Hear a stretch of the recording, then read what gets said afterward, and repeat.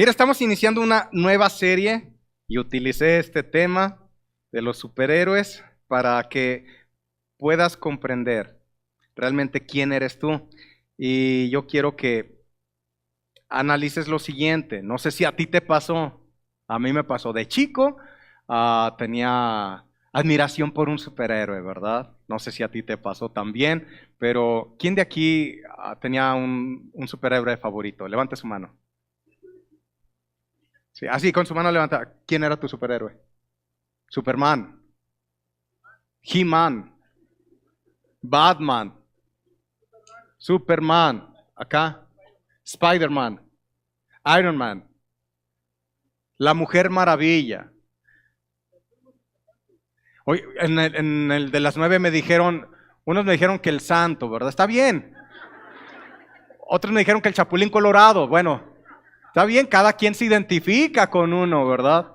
Pero bueno, ¿por qué tendemos a admirar a un superhéroe? Tendemos a admirar a un superhéroe porque hay algunas razones.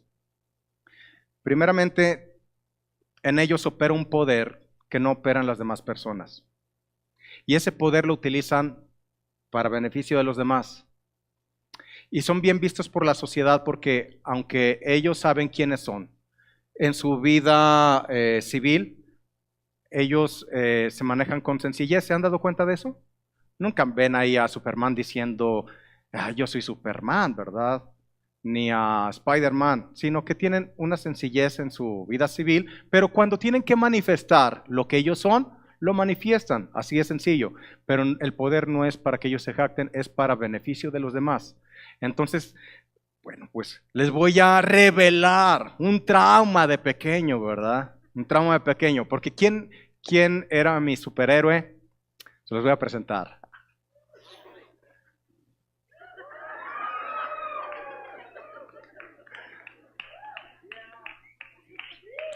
Tranquilos, no desmayen, tranquilos, tranquilos. Es un trauma de chavito, ¿verdad? Quiero que veamos el extracto de esta película.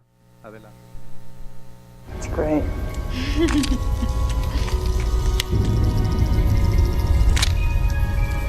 MJ, let's go. Wait. Thanks.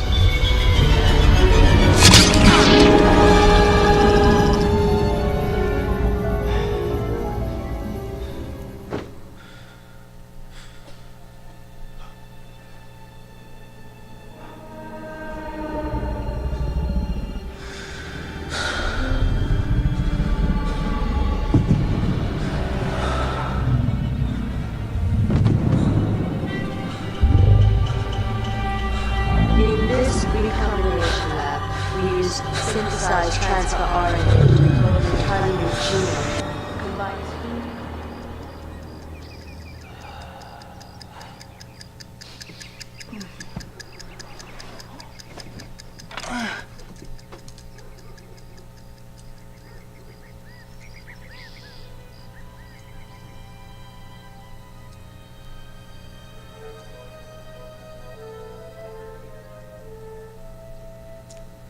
Weird.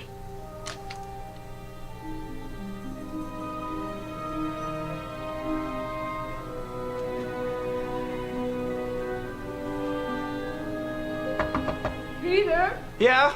are you all right? I'm fine. Any better this morning? Any change? Change? Yeah. Big change. Well, hurry up. You're going to be late. Right.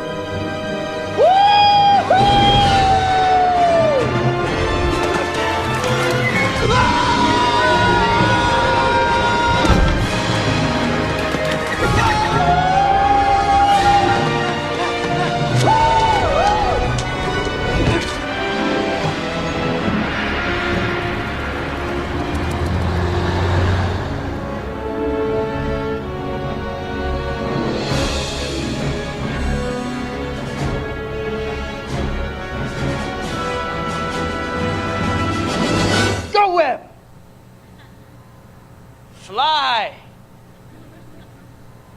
Up, up, and away, Webb. Shazam. Go. Go. Go, Webb, go.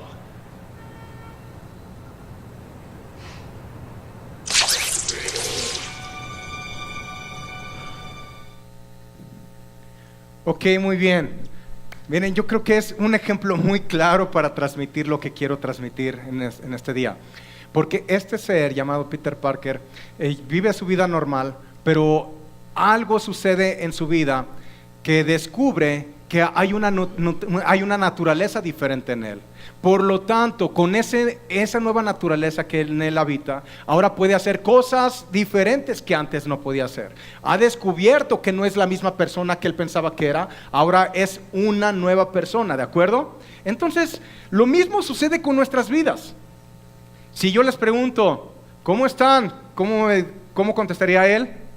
¿Cómo están? Están bien. Hagan de cuenta que tienen un espejo así en sus manos. Ponga así sus manos. ¿Cómo están? ¿Ha habido un cambio? Sí. ¡Ajá! Un gran cambio. ¿De acuerdo? Ok, acompáñeme por favor a Juan capítulo 6. Vamos a leer los versículos 28 y 29. Si me puede prender la luz, por favor.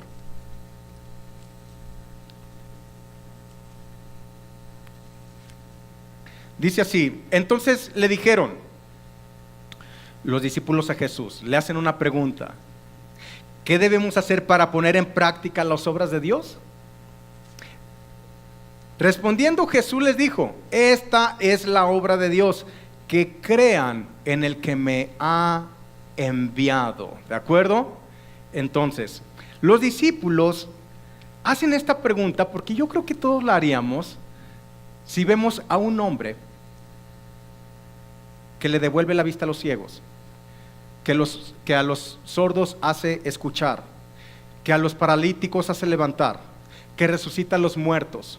Un hombre que tiene un contacto directo, una relación directa con el Padre, el Creador de todo, y que tiene esa identidad tan firme, pero vemos todos los milagros que Él hace, y que todo lo que sigue a Jesús no es más que una vida sobrenatural.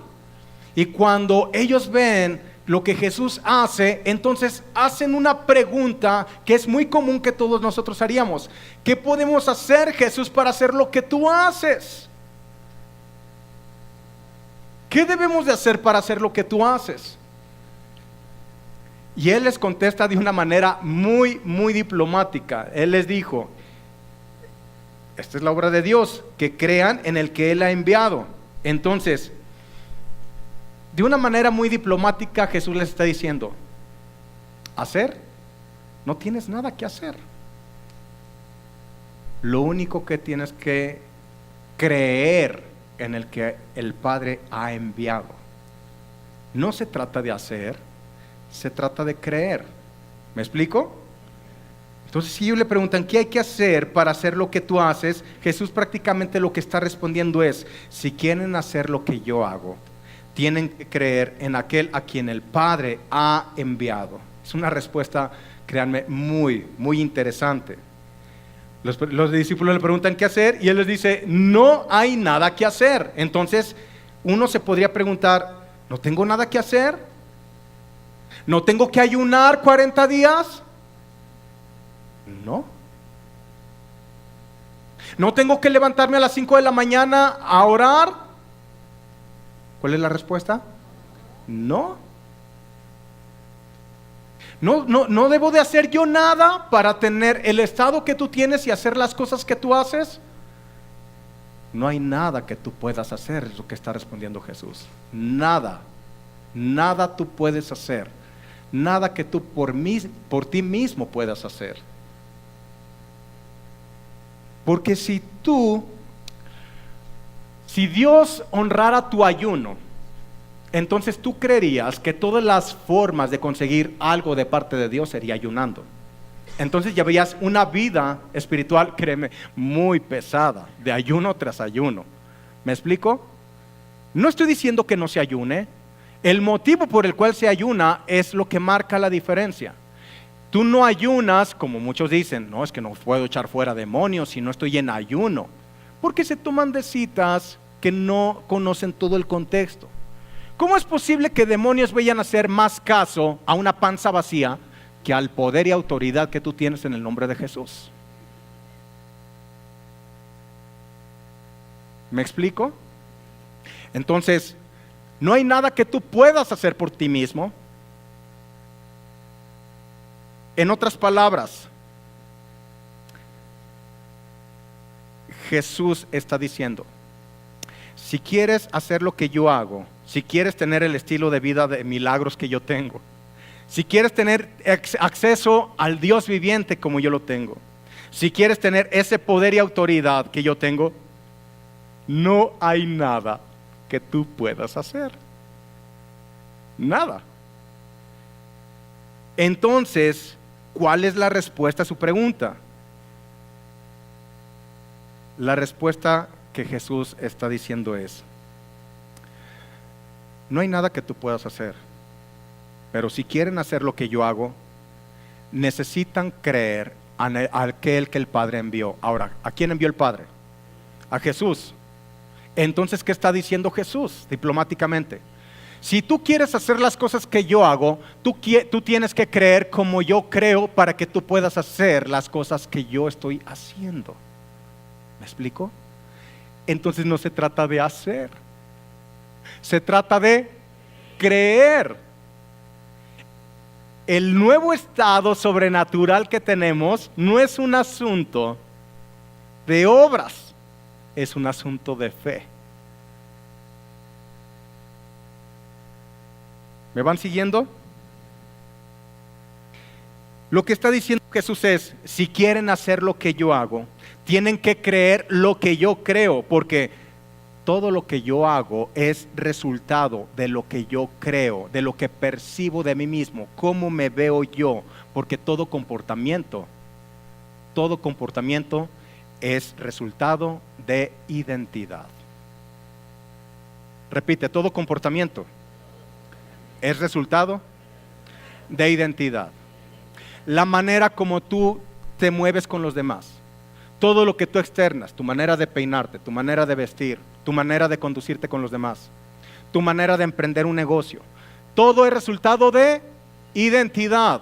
¿Por qué? Porque vas a manifestar exteriormente lo que has creído de ti en tu interior. Entonces estamos hablando de una imagen propia. ¿Me explico? Eso me lleva a otra pregunta. Ok, si yo no tengo que hacer nada para hacer las cosas que tú haces, lo que es necesario es creer como tú crees, Jesús.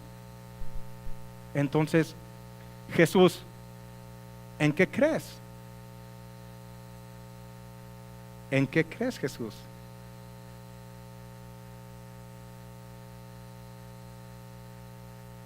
¿Qué no respondería Jesús? No respondería algo así: yo creo que soy el Hijo de Dios, su Hijo amado. Yo creo que estoy libre de pecado. Yo creo que soy santo, puro, perfecto y justo. Yo creo que no tengo límites. ¿Vieron algún límite en Jesús? Yo creo que todo lo que yo hago lo puedo hacer porque sé quién soy. ¿De acuerdo? Entonces, vemos en este extracto de película cómo hay un contacto, en este caso de Spider-Man, con una araña. A ti no te va a picar ninguna araña. Pero así como ese piquete de araña provocó un estado sobrenatural en esta persona, te quiero explicar lo que ya sucedió en ti, un estado sobrenatural. Y te quiero remontar al tiempo de Moisés y Aarón, donde se ofrecían las ofrendas sacrificiales, y esto viene en el libro de Levíticos. En Levíticos encontramos 5 ofrendas que se conocen como las ofrendas sacrificiales, y cada una de ellas representan la obra consumada de Jesús. Ahora yo quiero preguntarte algo. En el tiempo de los apóstoles, todavía no estaba escrito ni los evangelios, ni Hechos de los Apóstoles, ni las cartas de Pablo.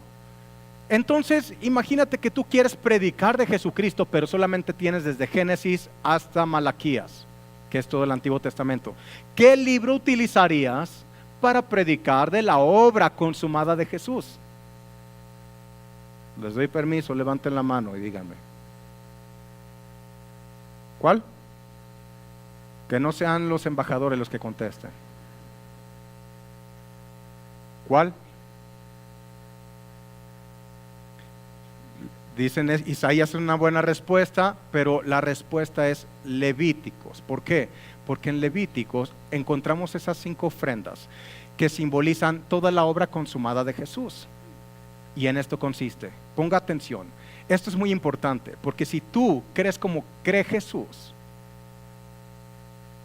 puedes hacer lo que hace Jesús. Por eso el tema de hoy, esta primera sesión, se llama Algo sobrenatural ha sucedido. ¿De acuerdo? Entonces,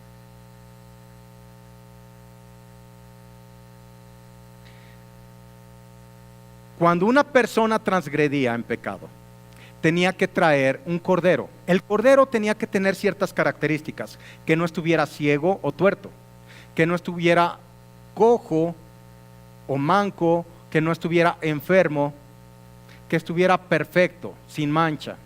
Ok, ¿a quién simboliza ese cordero? A Jesús. Entonces, cuando una persona transgredía en pecado, se presentaba con el sacerdote y traía el cordero. Y cuando traía el cordero, el sacerdote revisaba, no a la persona, revisaba que el cordero fuera perfecto y sin mancha. Entonces, la persona pecadora tenía que extender su mano sobre el cordero y confesar sus transgresiones. Todas las transgresiones que confesaba, algo sorprendente sucedía. Todo el pecado de esa persona era transferida a ese cordero. ¿Cuál es la paga del pecado? Por lo tanto, no se le daba muerte a la persona, sino al cordero, sombra de Jesucristo. Porque con esa confesión, el pecado ya no estaba sobre la persona. Ahora, ¿sobre quién estaba? Sobre el cordero.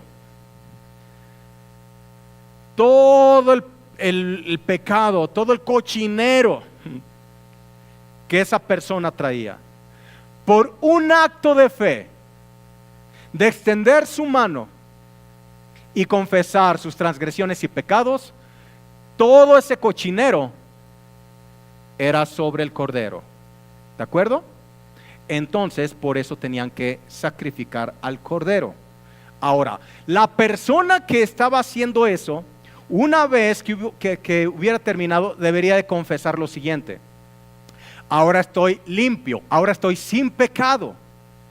Si no hacía esta confesión, quería decir 2 cosas: o que el sacrificio no había funcionado, o que esa persona no había creído en el sacrificio. Ahora, ¿a quién simboliza el cordero? Entonces, tristemente, encontramos mucho pueblo de Dios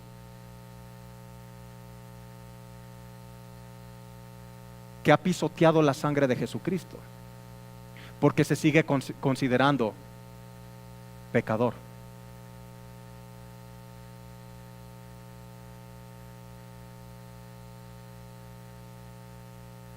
Es como si dijeras: esa obra que hiciste en la cruz, Jesús, no funcionó. Yo voy a hacer por mi cuenta para merecer el favor de Dios. ¿Recuerdas lo que le preguntaron los discípulos a Jesús? ¿Qué podemos hacer? ¿Qué les dijo él? No pueden hacer ustedes nada por ustedes mismos. Nada. ¿Te atreverías a decir que el sacrificio de Jesús no funcionó? Entonces, en este estado donde tú estás confesando, te estás liberando totalmente. ¿Por qué totalmente? Esto era una sombra nomás. Estaba anunciando la obra consumada de Jesús. Por eso, cuando tú experimentas el nuevo nacimiento, cuando tú dices: Señor, yo reconozco que soy pecador, pero sé que tú pusiste tu vida en rescate por la mía. ¿Qué está sucediendo? La misma figura que vemos de intercambio divino.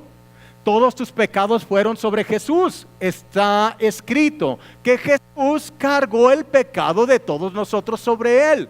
Él no cometió pecado, pero por nosotros se hizo pecado. Todo el pecado de nosotros fue sobre Él. Por eso Él fue al infierno, para que tú no fueras al infierno.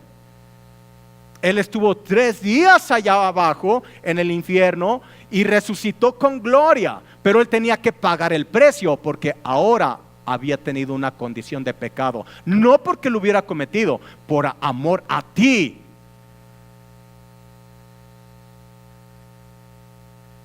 Entonces, hay quien no cree esto.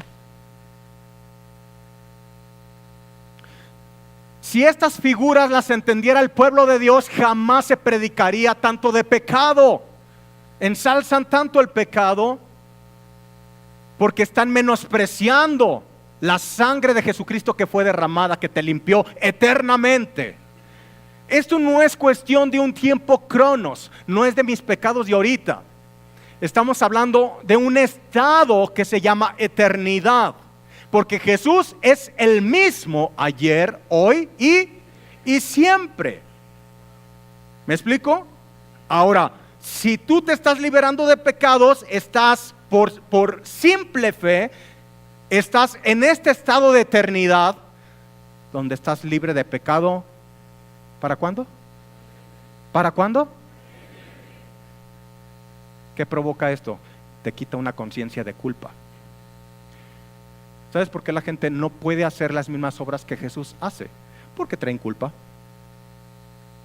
Porque la culpa conlleva el rechazo. Y el rechazo lo único que hace es provocar una imagen distorsionada de lo que realmente tú eres. ¿Me vas siguiendo? Esto es algo maravilloso. Si realmente queremos vivir esa vida sobrenatural,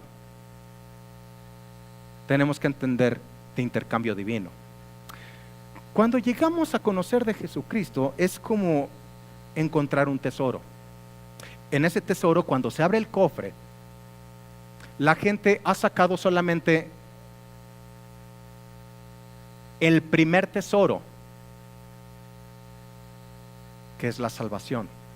Entonces están tan vislumbrados con esa salvación que se les olvida ver que en ese cofre hay más tesoros.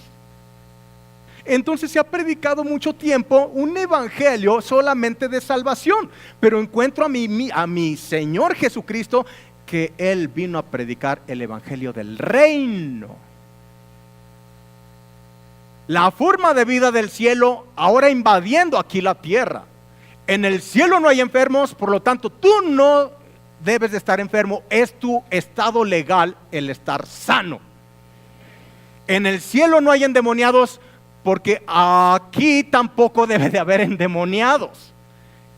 Es tu derecho legal estar libre. En el cielo no hay pobreza. En el cielo no hay pobreza. Jesús pagó el precio. Él, siendo rico, se hizo pobre para que tú, con su pobreza tú fueses hecho rico. ¿Me explico? Entonces se han conformado solamente con la salvación. Y piensan que la salvación es únicamente cuando nos tengamos que separar de este cuerpo. Pero hay un vocablo importante en esta palabra salvación. ¿Sabes qué significa? Salvación significa salir de la estrechez. Esto es no tener límites. ¿De acuerdo? Ven, Robin, por favor. Ok. Si estamos hablando de un intercambio, y si yo ya confesé y todo lo que yo tenía se fue sobre el Cordero, pregunto yo, ¿hay algo que venga de vuelta? En un intercambio, ¿qué no hay algo que viene de vuelta? Pon atención con esto. Aquí.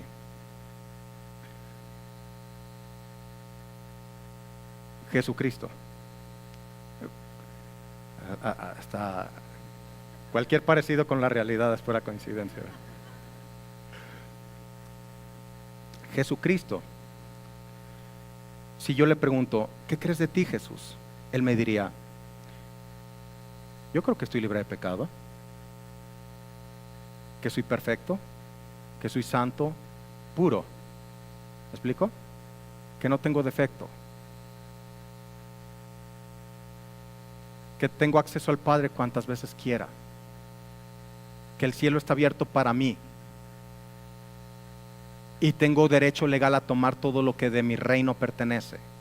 ¿No diría eso Jesús? Ok, ahora pon atención. En un acto de fe yo extendí mi mano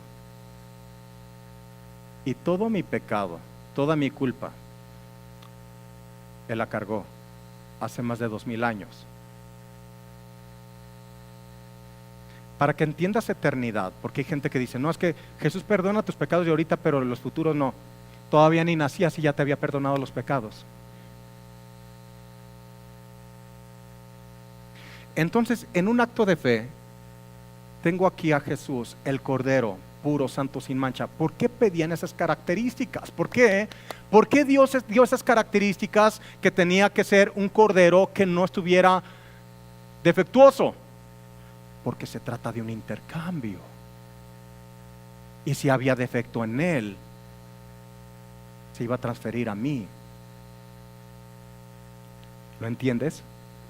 Pero como Jesús es puro, es santo, es justo, es perfecto, tiene la identidad correcta porque sabe que es hijo del Dios viviente, por lo tanto tiene el ADN del Padre de los cielos.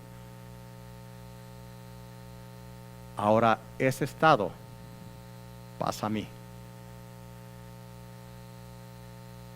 ¿Puedes entender esto? Esto es maravilloso. Este es el intercambio divino.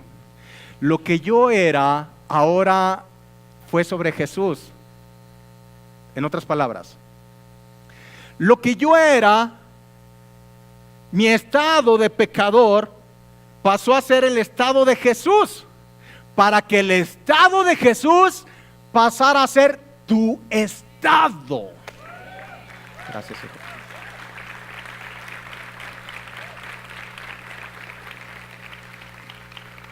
Por simple fe, es fe, es fe. No se trata de obras. Por más que te quieras esforzar, te vas a quedar corto. Repite conmigo, corto. Okay. Uno de los significados de pecado es no dar en el blanco. Cuando se tiene lo que llaman una diana donde avientan dardos y tiene que dar en el target o en el blanco, y cuando avientan un dardo y ni siquiera logra llegar, ese es el significado de pecado. Que te quedes corto, que te quedes estrecho, que no alcances, que por tus propios esfuerzos tú no puedes llevar la vida que Dios quiere que tú vivas, no por ti mismo, porque no es por obras, es por fe. Solo por fe.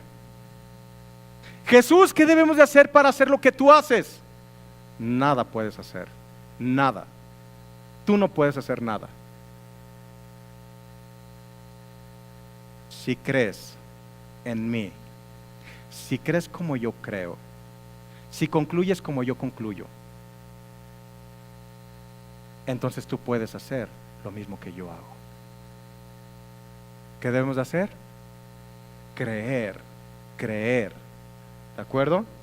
Entonces, si pecado es quedarme corto,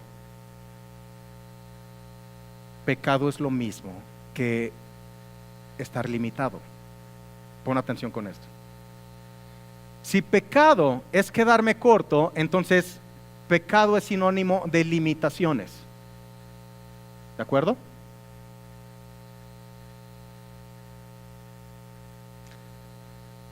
Pero un estado de santidad es un estado donde no hay pecado. ¿De acuerdo?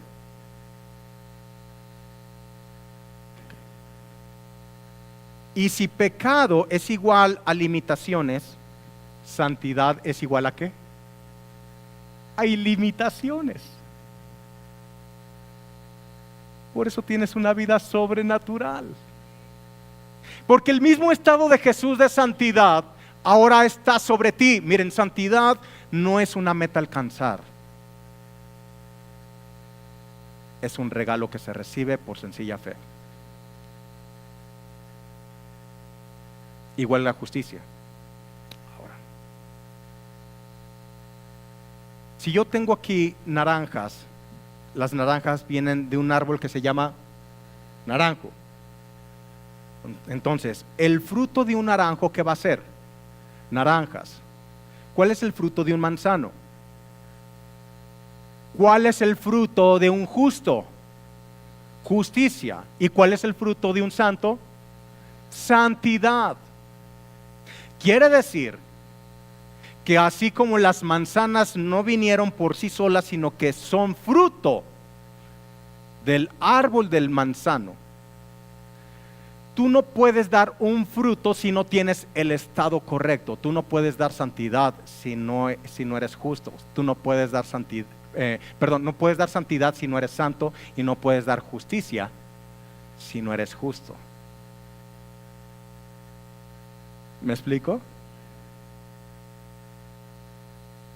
Es que la gente está muy confundida desde años atrás, porque todo lo relaciona con obras. Pero te voy a poner el ejemplo, porque un manzano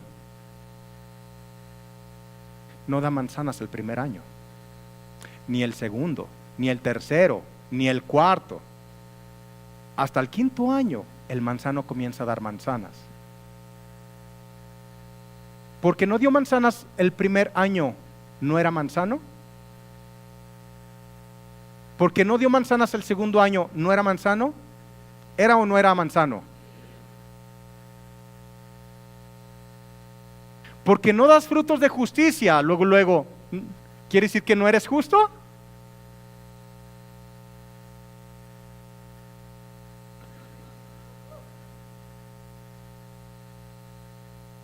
Porque no se refleja esa santidad, ¿quiere decir que no eres santo? Eres tan santo y tan justo como Jesús, por sencilla fe, simplemente por eso.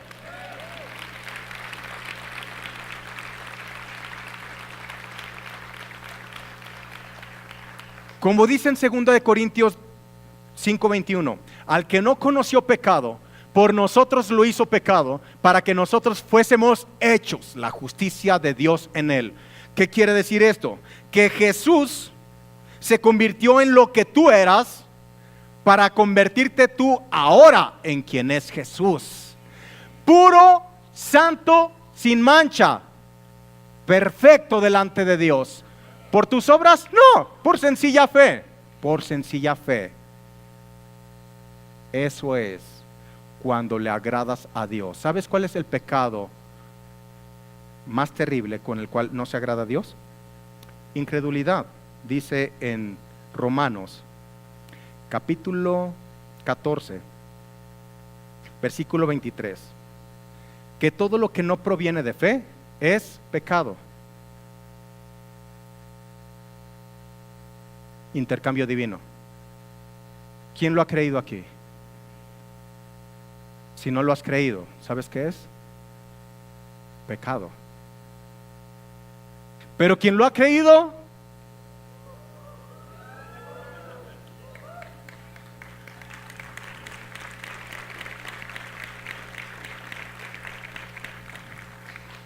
entonces en este nuevo estado, en esta vida sobrenatural, porque no tengo una vida no más natural, sino tengo el mismo ADN, tengo la genética misma del Padre de las luces.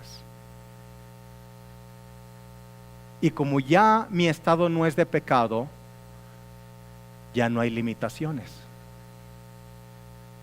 porque ahora tengo un estado de santidad donde no hay límites. Por eso la NASA ha descubierto que se siguen creando galaxias y galaxias y galaxias y galaxias y llegaron a una conclusión: esto no va a terminar. ¿Por qué se siguen creando galaxias? Porque ¿quién es quien las crea? Dios, y Dios es santo. Y en un estado de santidad no hay límites. Ese estado ahora está sobre ti. Por lo tanto, Jesús dijo: si puedes creer, solamente se trata de creer, solamente se trata de fe. Si puedes creer, las obras que yo hago, tú las harás, y aún mayores.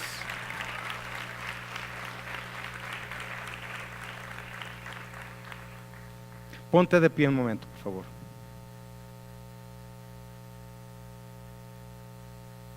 Le preguntaron los discípulos: ¿qué debemos hacer para hacer lo que tú haces? ¿Qué debemos de hacer para hacer esos milagros, para vivir esa vida sobrenatural? ¿Qué debemos de hacer, Jesús? Dinos qué debemos de hacer. ¿Nos paramos todos los días a las 3 de la mañana, Jesús? ¿Ayunamos 40 días, Jesús?